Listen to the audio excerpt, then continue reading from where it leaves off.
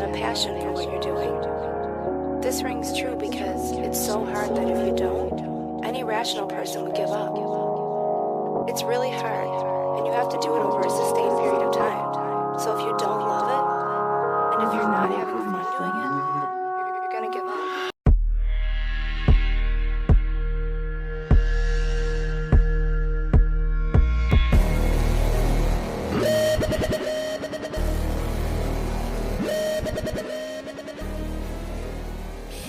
So welcome to another episode of Jonsuntitledpod Podcast, a partner of MoshPitNation.com.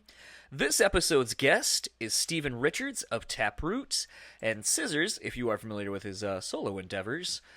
And a man who both knows how to rock, but always knows that a well-timed scissors is always great. In a game of rock, paper, scissors is Mr. Daniel Terry. How are you doing this evening?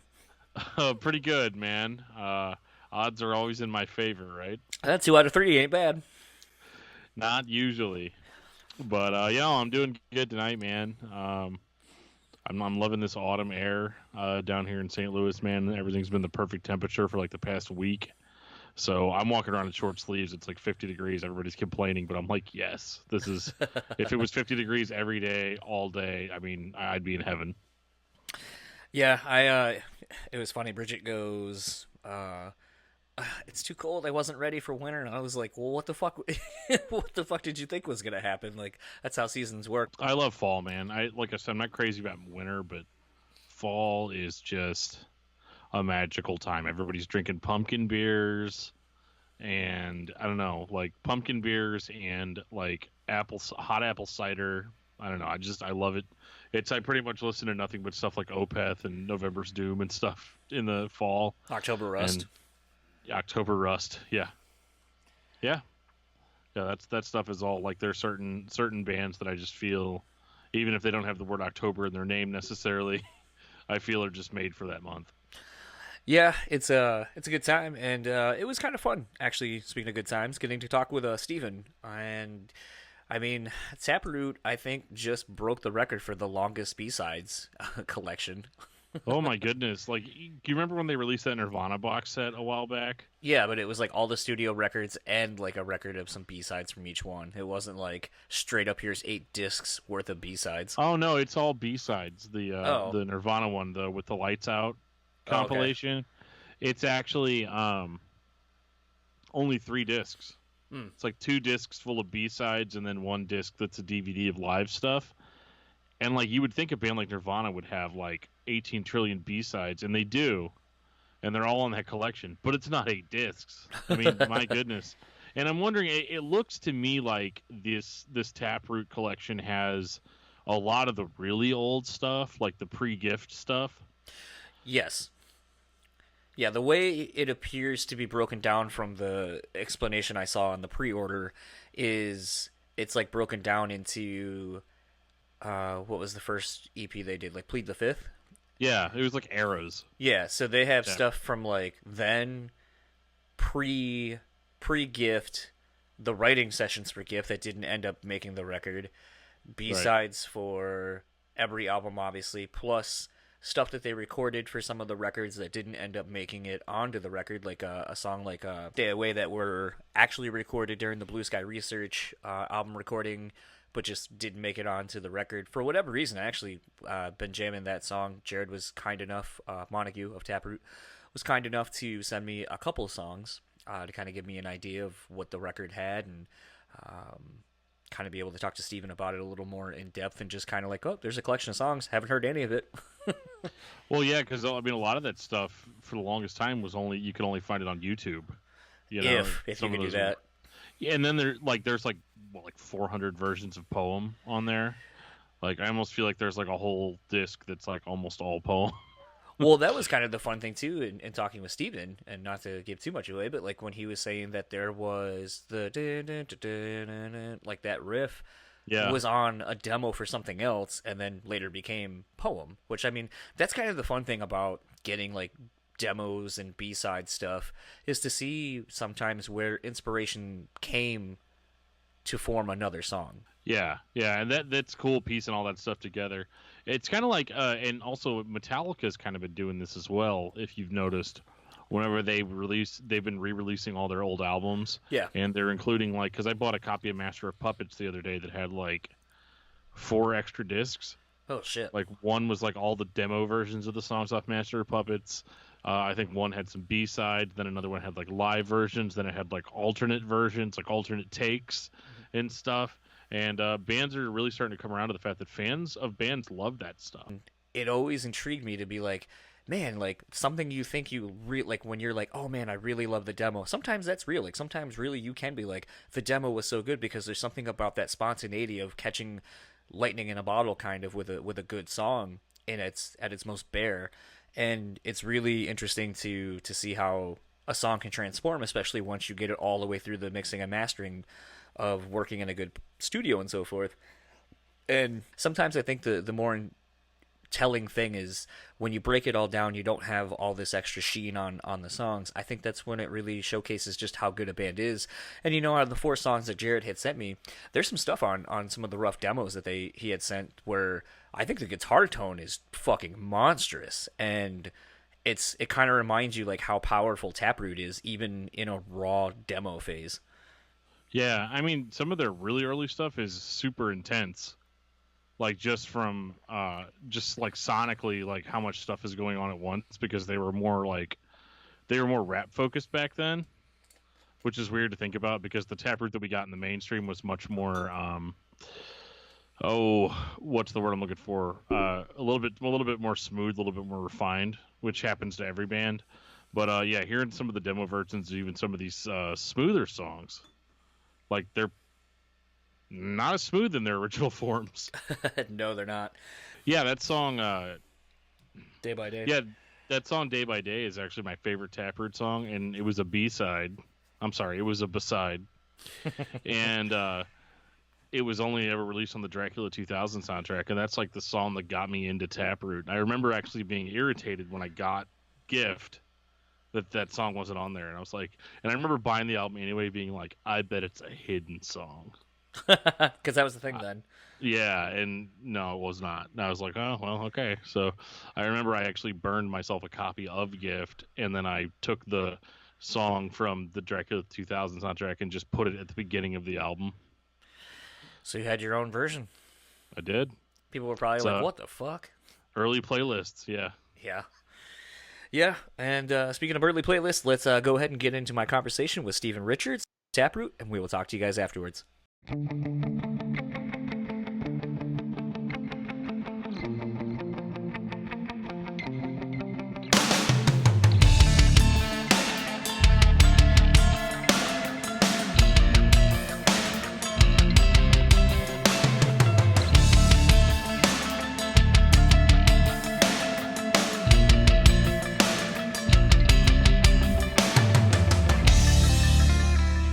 So I have the pleasure this early afternoon of talking to Stephen Richards of Taproot, who are taking pre-orders right now for their B-Sides record, cleverly called Besides, which you can take the pre-orders up until November 2nd to ensure that you will get them by Christmas.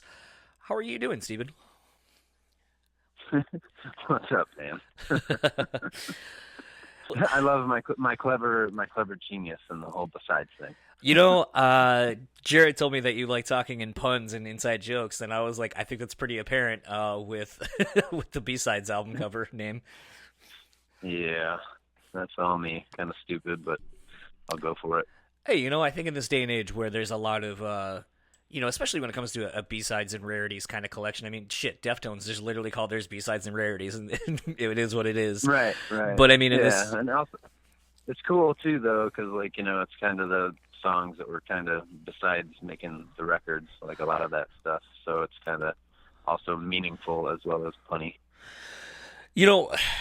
I gotta say, most people, when they have a B-Sides record, it's only like, it's like 12, maybe 15 songs, unless a band's been around for, like we'll say Leonard Skinner type band where you've got like 40, 50 years worth of material.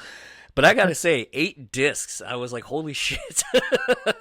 Right. We're not, at our age at this point, we're not too far behind Skinner.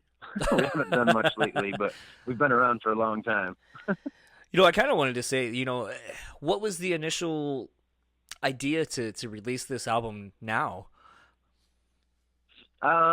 Basically, a lot of demand. Like a lot of people, before we got signed to Atlantic Records, we'd sold like 10 or 12,000 records on our own, between 3 different sets of CDs that we burned at University of Michigan on our own, and then just shipped them out with a fake cover.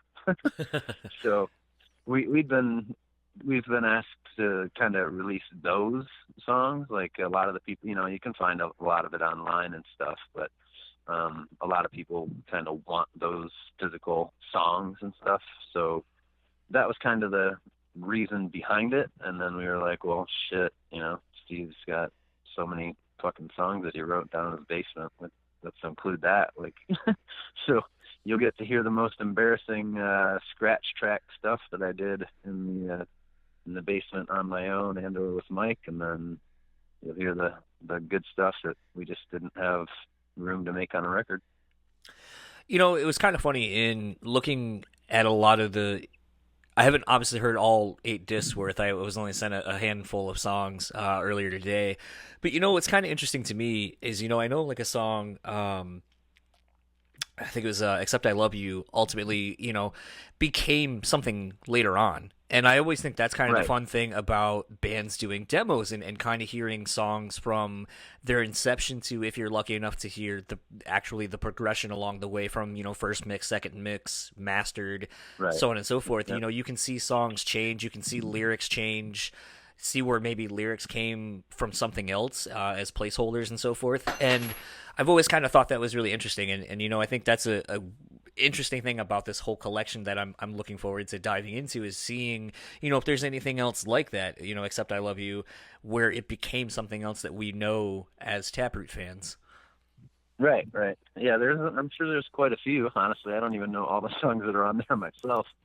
It's been such a long time. Like some of them are even untitled and just stuff. Like I said, I was just doing it in my basement trying to turn into something. So I'm not exactly sure what's all on there myself.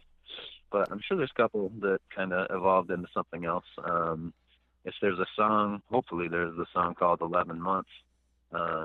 It just literally had the doing in it, turn from poem, and I literally just used that to turn into poem. I wrote the rest of the song 5 minutes on the back of the lesson on Ozzfest, and it was so quick and good that we ended up starting to play it at the end of Ozzfest live. And people dug it, so we went for it. What are some of the other examples that you can recall of maybe some other songs that you've recorded that are big, like maybe a song like Mine or something like that? Where is there another example of where a piece came from something else that later on became on another record? Well, the song Mine is actually one of the very few songs that like we kind of wrote while making the record and pre-production, like while we were, playing over and over and over again the songs that we knew were going to be on the record. But that one was actually one that the guys wrote without me, which, isn't very common at all. So that was actually, I wrote the lyrics about that song. Like, I wanted to make that mine. Like, so that's where I came up with that idea. Like, cause when I heard it, I was like, wow, good job guys. Like, that's fucking sick. So I wrote the lyrics about, like, you captured me. Something that I thought was pretty interesting, and I know Jared and I touched on this, I think during our interview about a year ago or so when he was promoting his book. The Taproot lore. What is the story behind Kevin Spacey, and how are you pretty excited to finally kind of get it out there for fans to finally hear? Yeah, I mean, that was a special one for sure. That was a song that we played it live a couple of times, but it's one of those rare songs where I kind of couldn't figure out what I wanted to do. I never even really tried attempting to write any lyrics to it. It just kind of, for some reason, whatever reason it was, it clicked with me. I loved the song, but it was just one of those things that I felt like a void, like someone else should be doing it. And it just so ended up being the only track and song on disc that was found in the unfortunate catching of Layne Staley from Nelson Chains' death. I was about 2 days away from flying out to go see him with Toby Wright, our producer, who did the last 3 or 4 Alice in Chains albums, and he was, going to take me up there because he knew Layne was in a bad place, and so we were going to try to get him to maybe come out and do some work and maybe help the song out. And that's kind of probably why I left the Void. Like, just kind of felt like someone should be doing it, and we were just a hand grab away from having one of the best singers of our generation coming to do a guest spot on our record. But unfortunately he passed away. But his mom called Toby like 2 days after they found him and asked who Taproot was, because that was the only CD that was sitting on his coffee table when Mike found him. Mike Starr. What, obviously Layne, Staley, and, Alice in Chains, and a lot of bands of that ilk are obviously very influential and legendary to a lot of us, either just being fans of music or inspiring musicians such as yourself. Yep. I can't even process what it would have been like knowing that potentially, like someone that you, I don't mean to put words in your mouth, but, someone that maybe you idolized or grew up really appreciating what they do, and to, write a song that you can't figure out where it needs to go lyrically maybe, and you think of this one person that you think will fit it and do the song what it needs to do, and to hear that they're at least interested in doing that, like what does that feel like? Oh, it was amazing. I mean, like, even before, I grew up playing drums my whole life, so all that mattered was, like Slayer and Metallica and all the crazy blast beat stuff, because I was a pretty damn good drummer for a long time. But Alice in Chains, the record Dirt, that was actually the first record I taught myself how to play guitar to. Oh, wow. And that was, even before I became, got stuck singing, and then realized that Layne and Mike Patton and some of the other guys, Phil Anselmo, those guys would kind of steer me vocally where I wanted to go. But like that record Dirt, for me, like I didn't even know half the songs were about him doing drugs. I learned the guitar parts and knew some of the words and just was playing guitar to it. And then obviously as we progressed and started working with Toby, who knew him very well, I kind of got more and more behind it and started figuring out more of the cool harmony ideas, and that's kind of what led us down a certain road to begin with, and then we evolved from there. When talking with Jared and with him talking about working with Toby Wright, I mean, you just said, Toby was working on the last handful of Alice in Chains records previous to working with you guys, and Jared kind of, made no bones that Toby kind of whipped him into shape. What did working with Toby, what was it like for you as the vocalist? Like, what, he's worked with a lot of great people. Was there anything that you were able to kind of take from him in working with him vocally? Yeah, I mean, absolutely. The first record we did, Gift, that record was basically all the songs that we'd already had. We only wrote one new song for that record. All the other songs were songs that we had that helped get us signed to begin with. So the second album, not just vocally, but as a band, was just, that's the wake-up call. Like, okay, like the first record was pretty damn solid. We did like 350,000, even with Napster coming out. So right. We were pretty stoked, that we still did that well, and we're doing Ozzfest and stuff like that. So we felt we hit a major space. But meeting Toby and working with Toby, was the first time that we ended up writing new material, and he was kind of the backbone of steering us and letting us know what sucked and what was great. And then on a personal level, as far as vocals go, he was the one to try to get me to do more 3-part harmonies. I was perfectly fine on the first one, just doing lots of screams and some harmonies here and there. But he was the one that was just kind of like, dude, I mean, you got this. Like, you got the skill and the right ideas. Let's just do some underlying stuff that people don't really hear anymore. So I started busting out the 3-part harmonies, and I think that's probably one of the reasons that like Shinoda asked me to work on the Linkin Park Reanimation record. Was I think he had kind of the same idea. There was like a void missing that he knew that I could probably bring to the table. And once he heard me write my 3-part harmony for that song, he was sold. And then after recording that song, it ended up being the only song of the remix version that they performed live consecutively. And the singer from, God, what's their name? I can't remember their name right now. But one of the good European bands. He was the guy that would do my parts live, so it was really cool to know that my song of all the songs was the one that they'd perform. No, I wish I could think of the right band name they deserve. I mean, it's one of the best bands of that time. I just can't think of the name right now, of course. Happens in our old age. Right. In the old days, back in 2002 or whatever it was.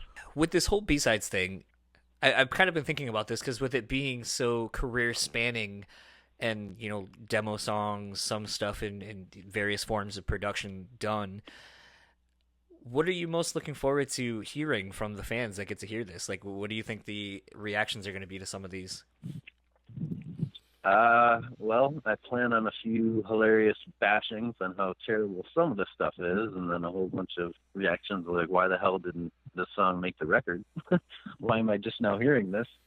But, you know, I think it'll be all across the entire gamut, from good to bad. There might be people that are like, God, these guys are horrible, or like, Jesus Christ, why aren't they still doing stuff? Like, it's amazing. So I'm not sure what I expect, but I just, you know, I think that the fans that obviously are willing to pay that much money to get that much material, I think, you know, they're dedicated enough that they deserve to kind of know the whole evolution. It's kind of funny, speaking to songs that you wonder why they weren't on the record. I definitely got to say, Stay Away. I was like, why the fuck didn't this make it on Blue Sky Research? Right, me too. Unfortunately, in some capacities, I was a little bit too democratic with things, and certain things went certain ways. But that's one of the songs I think that, you know, kind of needed to be there. We played it live a couple times for sure, but. I was gonna say, I noticed on speaking of Stay Away, there's a really cool on the, I think it's on right before the first chorus, I think is where it is. There's like a really cool like drum hit like to accent, and it's like pushed up in the mix, and I thought it was a really cool like little, and it doesn't come back at any other point in the song, and so it kind of kept making me wonder if I was hearing shit. And then as I just kept listening to the song, I was like, that's a really cool like studio trick that they did, like where, you know, it accents I think like a vocal part too. And I was just like, oh, I love when bands like do something, but it's only that one time. They don't bring it back around, so it really makes that part of the song really interesting. And again, to me, like that's like one of those things where it's like, oh, that'd have been really cool on the record. Like, I don't know why it didn't make it on. Right. No, I hear you.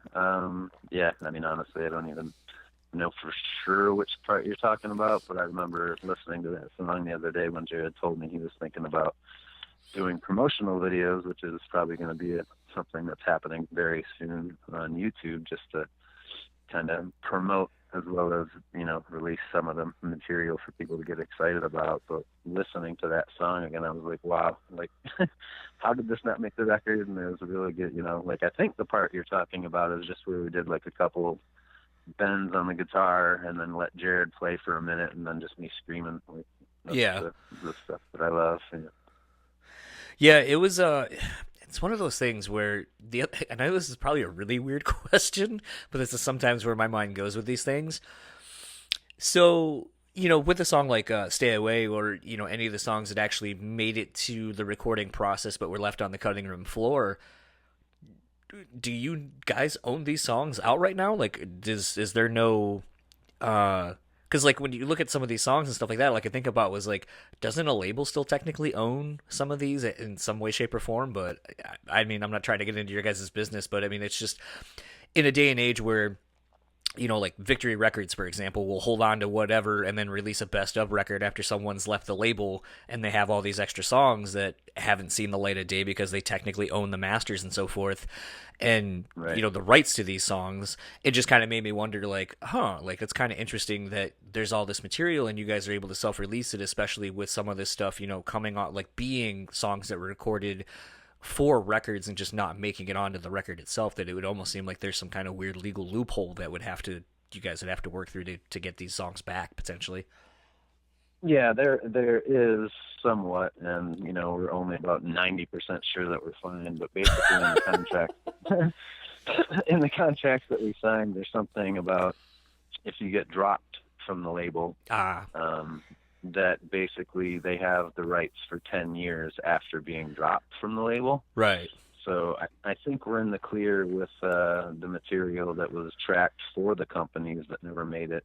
But again, like, probably 75-80% of this material, even though it was written for the label releases, is still just the demos that I'd been working on, before actually turning into a song. Like, even just slightly different versions. Like, I'm sure you'll hear, obviously, different version of Poem, even though it's pretty much the same song. It's also structured differently, so it's not the same song, and it's not, it wasn't recorded for the record. It was just a demo. So I'm pretty sure we're in the clear on all that. And I think with the limited run that we're doing, I don't think anyone's going to want to come after us for a couple $1,000. Yeah. No, it's just a very kind of weird thing as I was thinking about it, because it's like, there are sunset clauses in contracts and so forth, but I also know you hear too many stories where people are like, oh man, the label fucked us, and even though we haven't been on that label for 10, 15, 20 years, they're still, if there's any money they could make off of us, they're going to. Right. No, I know. I mean, I don't think anyone's going to come after us for a couple $1,000. And at the end of the day, my favorite joke was that when we were on Atlantic Records, that's the thing too, is we never got really fucked over by any means. But with Atlantic Records, my favorite joke that I used to make is, well, at least Tori Amos got dropped before we did. Very interesting. I kind of wanted to, shifting gears a little bit, but just kind of still speaking to Taproot's legacy and so forth. You guys celebrated, we're coming up on a year now from when you guys did the 20 years of Taproot in the Token Lounge. Right. I mean, that was a trip. I mean, how was that? I mean, you guys live streamed a good chunk of it, I know, on Facebook, and it seems like, because I ended up making it to the Gift anniversary show you guys did at the Machine Shop. And, it's just kind of, it seems like, even if you guys exist only here locally in Michigan, it still seems like, you guys have a demand here locally to do stuff. Like, does doing shows like that, like celebrating Gifts, doing the 20 years of Taproot, does it kind of make you want to just maybe do like a yearly Taproot show where you get to fuck around and play different stuff? Or even now with this Besides, thing coming out, being like, like, I guess, if people really want to hear Stay Away, or maybe some of these other songs that we finished, like, fuck it, like, let's just have fun. Like, the whole reason you guys started doing the band in the first place. Absolutely. Yeah, I mean, it's something that we could talk about. Obviously, the milestones were kind of a kick in the ass, whether it was the 15-year anniversary of Welcome or the 20th of the band itself. Those were obvious, things that we wanted to try to do, and it was, kind of so last minute because we wanted to make the 20th anniversary happen, and I think we did it, Christmas Eve? The day before Christmas Eve, yeah, the 23rd. Yeah, so, I mean, that was kind of last minute planning, but we made it in the fiscal year. As far as future upcoming shows, like, we don't have any in the talks, but I mean, that's what you're right, maybe this whole Besides thing might make us want to go play just a set of songs that we've never played live and or have only played a handful of times. And then I'm currently working on some new material. Mm-hmm. Slowly but surely. I only get to work about 5 or 6 hours a week in the studio, but I've got the drums done, and I'm halfway done with the bass, and I've got probably 80% of the guitars done. So hopefully by the end of the year, I'll have close to a new record to maybe get out there and promote as well. We'll just have to see how that works, but that could be some fun stuff to play live too. At the shows, like you said you were at, I think the Machine Shop shows, we played one of my newer songs, No One Else to Blame. I think we played it both nights, and I think you can see that one on YouTube too. But it's just a good solid song, and I'm pretty stoked about the new material. Actually, it's a shame because most of the material I'm working on right now was what I had lined up for the next Taproot record after the episodes, but certain shit went down a certain way between certain people, and then I just took the blame, so whatever. But I pretty much, most of this stuff I'm working on was going to be the next Taproot record Probably back in 2014 or 15. And then I just wrote a couple more doozies to add on top. It's kind of interesting. I thought I had remembered you actually playing I thought I remember you saying like this was a song that I wrote like for me, when we saw you at that show, like the song you were just talking about, and it made me wonder, knowing and reading a lot about how the band works over the various years of Guitar Worlds and all that kind of stuff, and interviews with you. Obviously, Taproot is the collection of people, but I think it's kind of fair to say that, like, with you being a multi-instrumentalist, that, like, Taproot indirectly kind of is you, and with you being the voice, is it... Because it made me wonder, like, if you're writing all this stuff and potentially you're going to play it out, like, would you try to get, Jared to play drums? Would you try to get the other dudes to kind of play along just because you know that, jamming with them works and they can get it? Or is it a thing where you want to try to separate, Stephen Richards, like, as the solo project thing or whatever the title for the project may be, from Taproot? Kind of both. I mean, with the new stuff, it was like a lot of the material I just did on my own demo's sake, and I'd present it to the guys, and then they'd just play the way that they do and turn it, into a band thing, which was great. But this was all stuff that I wrote alone to do the next Taproot record on my own, so I'm kind of just going through with it, doing it on my own, not for ego sake wise or, comfort wise, but with Phil living in Ohio now, and our current guitarist Dave living out in Colorado, and then Dave is definitely a great drummer and lives down the road, but he owns a business and he's busy all the time too. It's just kind of makes more sense for me. I can only go in Friday mornings at like 5 in the morning until like 10 anyway. Right. So that's like the only time I can achieve or have time to do anything at all. So I wouldn't really be able to have direction or say in what was going on if there was stuff going on without me. So I'm kind of just doing it the way that I hear it and the way that I want it, and it's going to be what it is. Hopefully people will like it if they ever finish it. But, it's once again stuff that I wrote for the next Taproot record, plus a couple. Ended up making sure I had the go-to old school gift heavy type of song, and then I also wrote a song for my mom who passed away in 2015, which is more melodic and meaningful. Obviously with the landscape the way that it is and the music scene and all that kind of music business as a whole, is this something as well you would probably maybe just play around regionally if you do maybe do a CD release show and that kind of be it? Or do you want to take it out to where you can kind of tour behind it and so forth? That would depend on the guys' schedules and who I'd be working with. I'm still going to release it as Taproot because that's who it was written for. But I'm also plan on calling it Scissors, which is just a dumb A. It's a lesbian term, which is, again, back to my stupid puns. But the way that I spell it has my initials in it, Steven Stupid, so it's SSR. So I spell it the lesbian way of Scissors, with my initials in it, just to kind of show that it's me doing it kind of my way for myself. And then if it turns out to get released and or is well received, definitely some shows here and there, like you were saying, the certain certain on or off dates, just booked, maybe close by, or random one-offs depending on where it would be in demand. We'll have to see, but again, that's kind of a stretch away and trying to figure it out. I'd rather more so just have people be able to hear it and like it or not, just at least it's something that was supposed to be released for Taproot, and again, it's kind of continuing what we had, even though it's a little too late. Something I thought was kind of interesting too is I ended up seeing you at that Deftones show that was at was it Freedom Hill?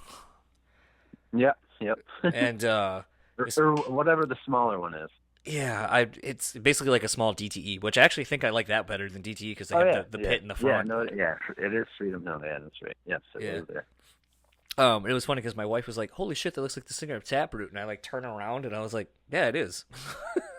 But do you get out to many shows still? Because like a lot of band people I know, typically if they're kind of burned out from going to shows, so it's one of those where I was kind of pleasantly surprised to see you out at a show, and I didn't even know if you really go to shows very often anymore. Well, honestly, no, I don't. That was just one of those throwbacks that, I could have easy access to, and, they're by far one of my favorite bands.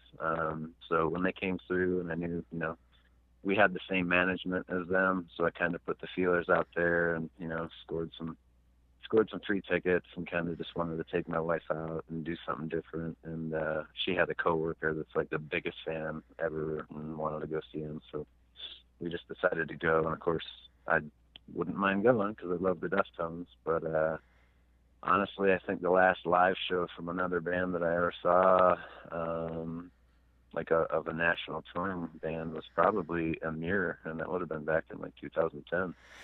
Oh man, Amir's a really solid band. I like them. Yeah, like I literally, it's kind of a shame to say, but I'm just so burnt out. Like I don't even listen to music at all except the stuff I'm working on. I listen to, like the funny morning shows on the drive into work, and then on the way home, I'll just put on my stuff and critique it, see what I need to change when I go back in on that Friday at 5 a.m. Yeah, man, that's so much. I'm just like thinking of the eight CDs coming out before the end of the year, and then potentially a new, solo / Taproot record coming out. It's like that's so much material to just drop on people. But it's like, hey, I know you haven't heard from us in a while, but hey, here's like 10 albums worth of material. Merry Christmas. Exactly. Lastly, since we are on the eve of one of the bigger, the big in-state rivalry game, and I believe you still live in Ann Arbor. Who do you got for tomorrow? Michigan's been playing well, so I'd have to go with them, but I also have to say that anything outside of the Chicago Blackhawks, I don't really care about sports. My old joke, which is, actually kind of true, is that I don't support anything collegiate, college itself either. Right. Yeah. That's why I'm a 40-year-old douchebag making barely more than minimum wage. It was funny because Jared goes, "Oh, are you big into hockey?" And I go, "No, not really. I between baseball, football, and basketball, I was like, and then podcasts and music, like that's I don't really have time for another sport to like obsess over." And I was like, all I know is that apparently the Red Wings are gonna suck for the next little bit, although people seem to be excited because I think Yzerman's coming back to potentially take over the GM duties, and I was like, I don't know what that's gonna do, but okay. Right. No, honestly, the Red Wings are obviously a huge part of my life, and I've actually had some really, really cool kind of rubbing the elbows with those guys. A buddy of mine that works at the Riff, Meltdown, he actually real cool. It's a combo story of, music and hockey, since he was a DJ at a radio station, but he actually got me into play a game since I grew up playing hockey my whole life. I got to play a celebrity, alumni game, and it was at Ford Field. Oh, wow. Did the Frozen Four. Right. So I got to play in Ford Field, the football stadium, and got to play hockey. I even got an assist on Mickey Redmond, Hall of Famer. I got an assist on his goal, so that was pretty cool. And one of the coolest things I've ever got, just for that slight minimal celebrity help that I could ever pull or try to. I'm just a fucking douchebag who just does stuff on his own, and then that came up, so that was really cool too. But I do care about the football. I love the NFL. It's just the college stuff has grown on me actually since I got married 3 years ago. My wife's family lives just down the road, so we do parking and stuff. So I'm near and around the the U of M games more often than I used to be, so I do have the games on, and I am rooting for them, I suppose. But I don't keep track of like standings and or other conferences by any means. Right. Yeah, no, it was kind of funny getting to talk with Max Cavalera the other day, and he's a Lions fan, and so it was kind of fun to be like, how do you feel about the team this year? And he's like, well, I think that we got some good pieces, and blah, blah, blah. And I'm like, I can't believe I'm talking about the Detroit Lions with Max Cavalera. Because, like, out of all the teams you could pick, it's like, you chose the Lions. Right, and you like football, not football? That's yeah. insane. Yeah. That's crazy. I didn't know that. Yeah, he, it was funny because he was the tail end of it when we were talking. He goes, "Yeah, I'm hoping we're trying to find somebody within the organization that likes metal, so we can try to hook something up." And I was just like, "Yeah, it'd be cool." Like, I don't know. Like, it seems like hockey players are the ones that like metal and are into that kind of shit. Like, I know like the ETID dudes, or like friends with what is his name, Drew Stafford or whatever. When he used to play for Buffalo, and like you see all these like hockey dudes hanging out with metal dudes all the time. So it seems like out of all the sports, that and baseball are like the two that typically you'll find like your metal guys that are more apt to come hang out and go to shows and vice versa, and have the band dudes come out to hockey games. Yeah. Like one of my favorite things was, God, this was back in like 2005 on tour with Disturbed, but in Tampa Bay. I'm a huge hockey fights guy. Like growing up, I always collected tapes and recorded things, and I'd write notes on every Saturday night when I'd watch Hockey Night in Canada, like who I thought would fight, possibly, and then I'd put check marks by it. So it was really cool. In Tampa Bay, I got to meet Chris Dingman, who was a tough guy for them in Colorado for a while, and then just have a buddy that plays pro hockey in Europe. He's a Taproot fan that was drafted by Dallas, who, obviously their local team back then was Kalamazoo. Right. He's a pro guy over in Europe and a tough guy. So that was cool. And then, like, even at the game I got to play at Ford Field, I was sitting literally between Darren McCarty, who was also in a band, but Joe Kosher. So I'm like between two of the toughest guys to ever play the game. So like I've definitely got to see that, but unfortunately, though, too, with the hockey guys, there's a lot of country because the good old boys from outskirts in Canada. It's kind of funny. And this will kind of be my last question before I have you, plug socials or whatever. So today, a friend of mine randomly called me and asked me if I had photos from the Ozzfest we went to many years ago. And I was like, dude, no, camera. We didn't carry cameras, and cell phone cameras didn't really exist back then. But it kind of got me thinking to, the various Ozzfests and go into the show, and just kind of how it was a very cultural, like a significant cultural thing if you were into metal, at all, going to Ozzfest and seeing these bands and seeing the up and coming bands alongside the established acts and so forth. And it reminded me of the year you guys were on it, because you got to play with the year that Pantera was on it. And with the Vinnie Paul tribute that just happened at I think it was Aftershock Festival this past weekend, or like last weekend or something, it kind of made me think about how I've always heard great story, like no one has ever had a bad story about the Abbott brothers or any of the dudes in Pantera really. And so it kind of made me wonder, like, what do you remember from that Ozzfest, and do you have any Pantera stories? Like, I mean, I don't get to talk to many people who have actually gotten to meet them or do a tour with them that extensively. So, what was kind of that experience like? Oh God, for us, or for me especially, like I think before getting to play with them or getting signed by any means, I think like as a teenager, I think I'd seen them probably 16 times live. They were like by far my favorite bands of all time. So to know that, like, I think it was on day 2 or 3 of Ozzfest, Vinnie, Paul, and I ended up, daring a guy to do something, and, I wasn't as wealthy as him, so he paid 75, but I paid 25. We gave it around $100 to a dude to eat some of Sharon Osbourne's dog's shit. He actually did it, and we called him Duty Rudy, and then now he's like doing some pretty successful stuff in the music industry, I think. But he was just on tour for the Ozzfest, bus, doing the kind of merch sales and that type of stuff, and Vinny and I, he did that. The coolest thing about Vinny was, since he's kind of the most social one, he used to come to our shows in Vegas all the time and hang out. And, we got to hang out with him a couple times socially, not just because we were on tour with them. So he was a sweetheart. He was amazing. As far as Ozzfest goes, we got to go watch him every night if we wanted to. Maybe we'd take a night off just because we were doing something else. But hey, you want to go watch next Friday night? Sure. And it's really cool too, because back then when they'd play Walk, obviously that's their go-to song for pretty much every fan. They'd let the other bands come up on stage and do the choruses with them on the side mic. So a couple times I went up there and sang with my idols. So definitely standout moments from those guys, and the time in our career that was really important. So I'm a pretty lucky dude. And one of the last weirder questions about that year too is I know Tommy Lee's Methods of Mayhem was on that.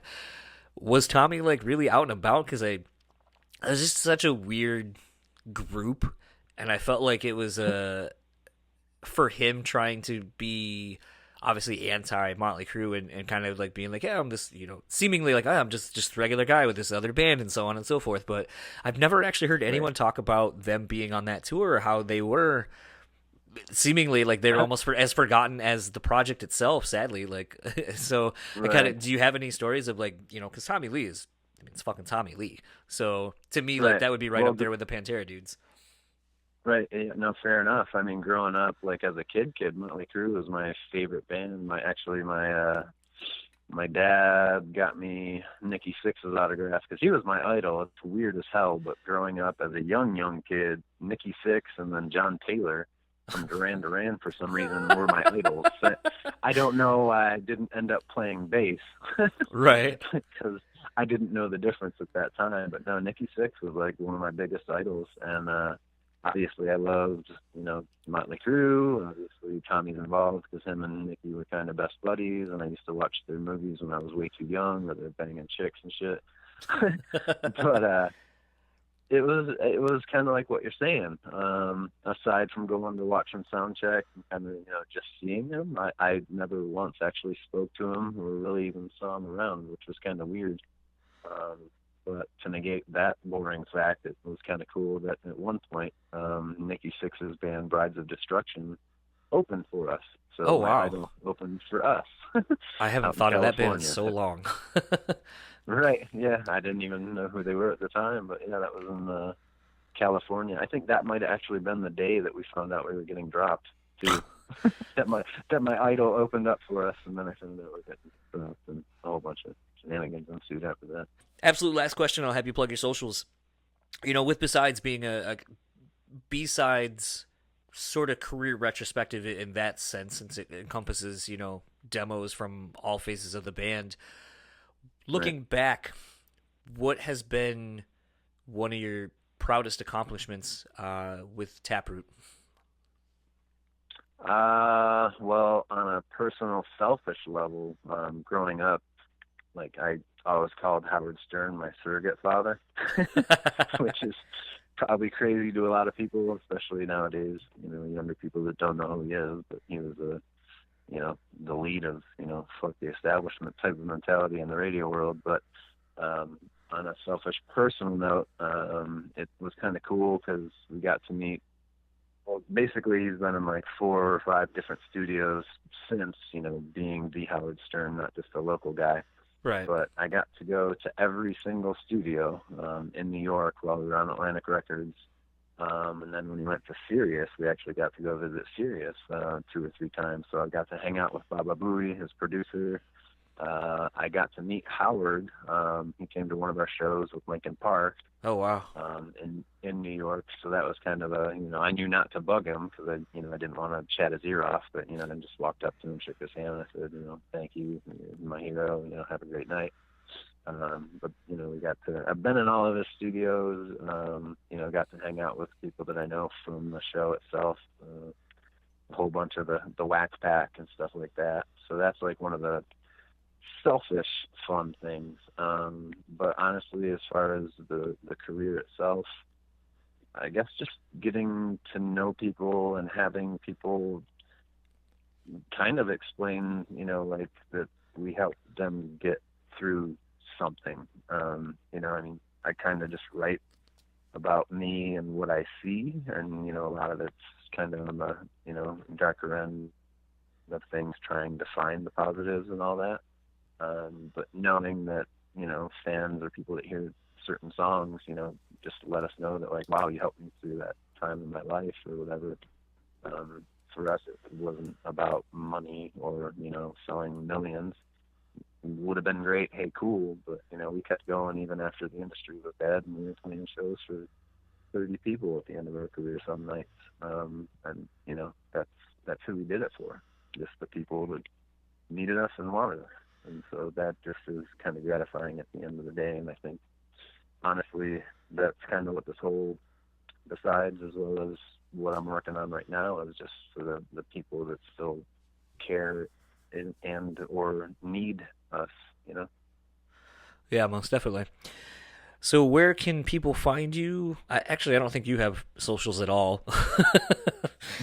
I have a couple. I just honestly don't know how I'd explain it, but I do have a Facebook that I use just to promote the music stuff that I'm working on. And I do have an Instagram to basically, I do some hockey and some goofy stuff on there too, but it's mostly just clips of me playing in the studio to promote the record. But either way, any way that you want to look it up, it's I go by Scissors, like I said, the lesbian term. I lost my .com, by the way. Someone bought it like after my term ended up. I couldn't keep it at that point in time, and I'm like, man, I could sell this to a porn company for a lot of money. It's funny. But, I was gonna say it's funny. I was just talking to John from Pitch Shifter, and we were talking about pitchshifter.com being 20 years old now, and he was like, I actually not that long ago, he was like, I gave up the domain name because I was just like, right. The band's done, we're not doing anything with it, like I'll finally get rid of it. And he goes, which sucks now because it would be great to have the domain name now. And he goes, but now it's like it sells like Japanese like kids underwear or something. Oh, Jesus. Well, the thing that's there we go. That's what it is. Blindside, before I forget. Just oh, my God. I fucking love that band. I almost said them, but I wasn't sure if it was the right time period. Okay. Well, earlier in the podcast when I was talking about Linkin Park continuing to play my version of the record, and that was the only song that they kept continuing to play live, it was Christian from Blindside doing my parts. And, yeah, the weird thing is because I couldn't get Pitch Shifter out of my head, and like instantly like, it was some band, you're a Pitch Shifter. No, not Pitch Shifter, and then Blindside. Yeah, so it was Blindside that did that. So it's cool that you rang that memory. But very serendipitous. Yeah, at the end of the day, if you give a flying fuck and or want to see what's going on in my life or the future Taproot life with the Besides and or my new project, you can just find me, like I said, the spelling of lesbian scissors. It's SCISSRS.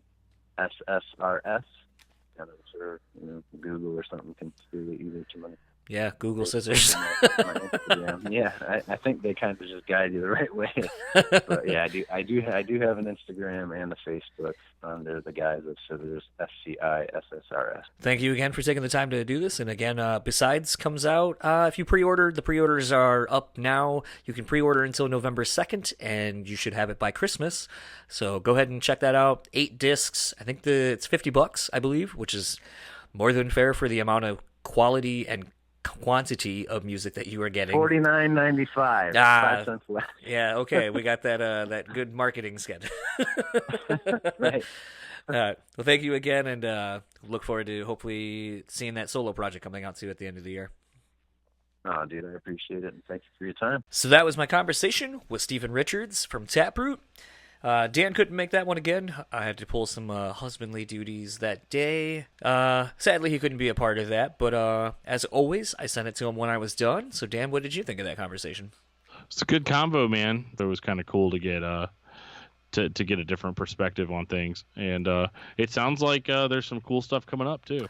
Yeah, I was kind of pleasantly surprised to find that out. I mean, I don't know if Jared had said this to you guys when you guys were talking a while back, but I know when him and I had done our episode on here, he had mentioned that Steven was working on a solo record, because I had said something about maybe getting Steven on down the line, and had mentioned that he was working on a solo record, probably would be ready by the end of this year, and to go from there. So it was kind of interesting to hear that apparently this solo record is basically going to be the new Taproot. Yeah, it's going to be interesting to see how that sounds in comparison to their other material. However, I mean, when I made the comment without even knowing that this was how this song was written, but when I made the comment about mine, and him saying that basically that was one of the few songs that he really didn't have a hand in writing musically, it kind of made me feel like, all right, well, it kind of makes sense because that song doesn't really sound like a lot of the other Taproot songs, which kind of makes sense if he didn't have really any hand in writing it. And so if that's the case, then I feel like maybe this quote-unquote solo record is going to be more in line with Taproot than maybe most people would probably think. Yeah, I mean, when it's coming from the man himself, it's gonna have similarities at the very least. Right, and that was the other thing too that I wanted to bring up, because I mean, it's like inevitably people are only gonna compare it to Taproot anyway, since he is the voice of Taproot. Yeah, I wonder if he's gonna bust out any of those 6 screams like he used to do. I don't know. It made it sound like there was going to be some pretty brutal songs. I mean, I can't. It's kind of funny. I think he said the song about his mom was kind of more on the mellower side, but I don't know. I feel like if I lost my mom, you would scream a whole bunch. Yeah, well, I mean, that's the thing that I love about his voice the most, man, is that raspy scream. You know how I am with raspy screams, so it really makes it. I don't know. It really makes it awesome. And I hope to hear more of that, but I'm totally happy with the stuff that they've done since then. Yeah, I'm looking forward to seeing what a new record entails, either for Steven and or the group of Taproot. If it means they'll kind of be playing some one-off shows here and there, and kind of do like what some of these other bands have been doing that are in their boat, where it's just not feasible to be gone long periods of time, so you just gotta like kind of like in 18 Visions, like, all right, we got asked to play this festival, we're gonna play this festival. Hey, we're gonna go do 2-3 dates out on the West Coast. All right, we're gonna go do those, and then maybe some on the East Coast, and you either make the trek to go see them or you don't. But I think the band, having seen them recently in the last couple years, the band still got it. I mean, the songs still work live, and they still sound great, and people seemingly still connect with them. So I can't really imagine there not being a demand for seeing this band in some entity. But, sort of like Stephen brought up, toward the end of their touring history, they were playing to 20, 30 people. And at the end of the day, you can't really sustain a career or your family life, home life, having 20, 30 people show up. Right, yeah, that's a little rough. That's like my music history in a nutshell, except the whole time. Yeah, I also thought it was really interesting that whole story about the Layne Staley song, with Kevin Spacey. Yeah, that was intense, and I think that Jared mentioned that in his book as well, the True Rockstars book. Yeah. But that's just crazy, that knowing that the last thing that he listened to was Taproot. It's fucking insane. I couldn't imagine. I assume he listened to it. Well, I mean, like Steven said, his mom reached out to Toby Wright and was like, "Who is Taproot?" Because that's what he was listening. That's what we found that he was listening to. When we went and found the body, and I mean, that's just, oh man, like that's just so fucking wild. Like to think about the fact that you're writing a song, and I think the thing that's kind of interesting to me, and I, I'm going to say this and put the caveat on it that, I'm not a religious person, but I think there are things that are kind of outside of the realm of explanation at times. Take away with that as you will, but the thing that's crazy to me is, obviously with this Besides collection, obviously with the body of work that Steven has put out in Taproot over the years, and working with people like Linkin Park and so forth, dude's not short on creative ideas for lyrics or stuff for songs. So the fact that he had the song and just kind of really couldn't figure out what to do with it and felt like it was a vehicle for Layne Staley is incredible. And it's kind of sad. you know, in the day and age right now with this whole Bad Wolves thing with the cover of Cranberries, that Cranberry song, doing for them what it did, you know, I couldn't help but think as he was telling me that story about how thinking like, oh, what if he had been able to get some vocals done or some scratch vocals or whatever? Because I mean, to me, it's like, would that have put more of a light on Taproot that I kind of felt like they deserved? Because I felt like they were always kind of overshadowed. Like, you know, like that story Jared told us about, like, oh, we were going out on tour with Papa Roach, and we both had records coming out. Well, except for halfway through, you know, we were supposed to be a co-headlining. We alternated who you know, headlines which date. And then Infest came out and just started blowing us out of the water. So then it became de facto their headlining tour. And it just, you know, shit like that happens, and I get it, but it makes me wonder, like, you know, if Layne would have been able to get some vocals down, or, you know, would have been able to actually get vocals, and they would have been able to release it with him on there, if it would have helped propel Taproot to the level that, you know, maybe they should have been at the whole time.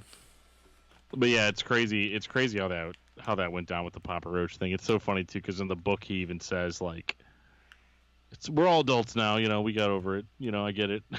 He's like, but at the time, he's like, we weren't even mad at the band. We were just more mad at the people that booked the tour. But like, that's such a big deal too. Like, because I seem to remember in a similar story with Linkin Park and Hybrid Theory, how they started opening up on a tour, and then by the end of the tour, they were the headliners. Right. Yeah, so if you would like to pick up this collection, you can go pre-order the record over at squareup.com/store/truerockstars. That's all one word, TRUEROCKSTARS. If you go to the Facebook links, you'll find that for pre-orders. Apparently, if you order up to November 2nd, you will receive this B-sides, besides, box set, basically, before Christmas. And I think at $49.95, not $50, $49.95. I think it's a pretty good bargain for 8 discs. And, you know, hopefully we will see the band, you know, end up maybe doing a yearly show, at least here in Michigan, for me, since I live here. Selfishly, I could go see this band play. But yeah, go support the guys. This is a really cool product. I think, like I said, I think it's a very reasonable price for the product you're getting. And I'm very interested to see how they end up doing this. And if you want to keep up with Taproot, you can follow them on Facebook and Instagram at Taproot Music. Twitter is at Follow Taproot. And if you would like to keep up with Steven, you can basically find him on Instagram at SCISSRS, Scissors. Pretty easy to remember. And Dan, how can people find you? You can find me on Twitter at DiscussMetalDan. You can find me on Facebook under Daniel Terry. And you can find my other podcast at DiscussMetal.com. And if you would like to keep up with all things the podcast, you can find us on Facebook, Instagram, and YouTube at John's Entitled Podcast. Tweet at us at John's Entitled Pod, and email us at johnsentitledpod@gmail.com. If you would also like to sponsor an episode, please email us at johnsentitledpod@gmail.com. We can get that squared away. And if you would like to support us monetarily, there is Patreon. You can go to patreon.com/johnsentitledpodcast. And Dan is going to talk about how you can support the podcast non-monetarily by rating, reviewing, and subscribing. Rating, reviewing, and subscribing is the lifeblood of podcasts. It's kind of like what we're after. I mean, to a certain extent, we're after money, but not really. We just want you guys to be engaged and entertained. In order for us to engage and entertain you on a greater level than we are currently, we just need you to hit that rate button and leave us a rating, 5-star preferred. Leave us whatever kind of rating that you think that we deserve, and that helps us come up in search results. That helps us get exposed to other people. And if you would like to keep up with our partners over at Moshpit Nation, you can over at moshpitnation.com. Facebook is Moshpit Nation West Capital MI. Twitter and Instagram are simply Moshpit Nation. And if you would like to keep up with our show sponsor, The Bean Bastard, you can over at thebeanbastard.com. Facebook and Instagram are simply The Bean Bastard. Keep up with all things going on over there. And if you are in the Buffalo area, and I know it's getting colder out there, go find The Bean Bastard, the Bean Mobile, and get you some delicious coffee and support people who support us. And kind of setting this interview up, Jared actually did a really awesome thing and gave us a song off of the Besides collection to premiere on this podcast. And he wanted me to play Except I Love You. And I think this is a really interesting song. I think out of the 4 that he gave us, this and Stay Away I think this is the other song that I was really, like, out of the couple that I got sent, the one I felt most strongly about hearing initially, you know, as far as it being done, having, you know, lyrics and vocals and all that kind of stuff. And, yeah, so I want to thank Jared, A, for setting this up with Steven, and secondly, for allowing us to premiere a track, because dude definitely didn't need to do that. And hopefully for the Taproot fans who may be listening to this whole thing solely to hear this song, hopefully you enjoyed what you heard, the interview and everything. And if you liked it, go back and listen to my episode with Jared Montague. I think that was really good as well. You know, we're basically covering his True Rock Stars book, which is still up for order now. So, again, I'm sure if you go to the Taproot page, you can find True Rock Stars book somewhere. And if you would like to hear Jared on discography discussion, go check out that episode as well. Nothing but love for the Taproot guys here, and we support them because they support us over here and give us cool content to share with you guys, the listeners. So, without further ado, this is Taproot, Except I Love You, and we will be back next Sunday with Bjorn Strid of the Night Flight Orchestra / Soilwork. Talk to you then. Everything I ever said was true. Everything except that.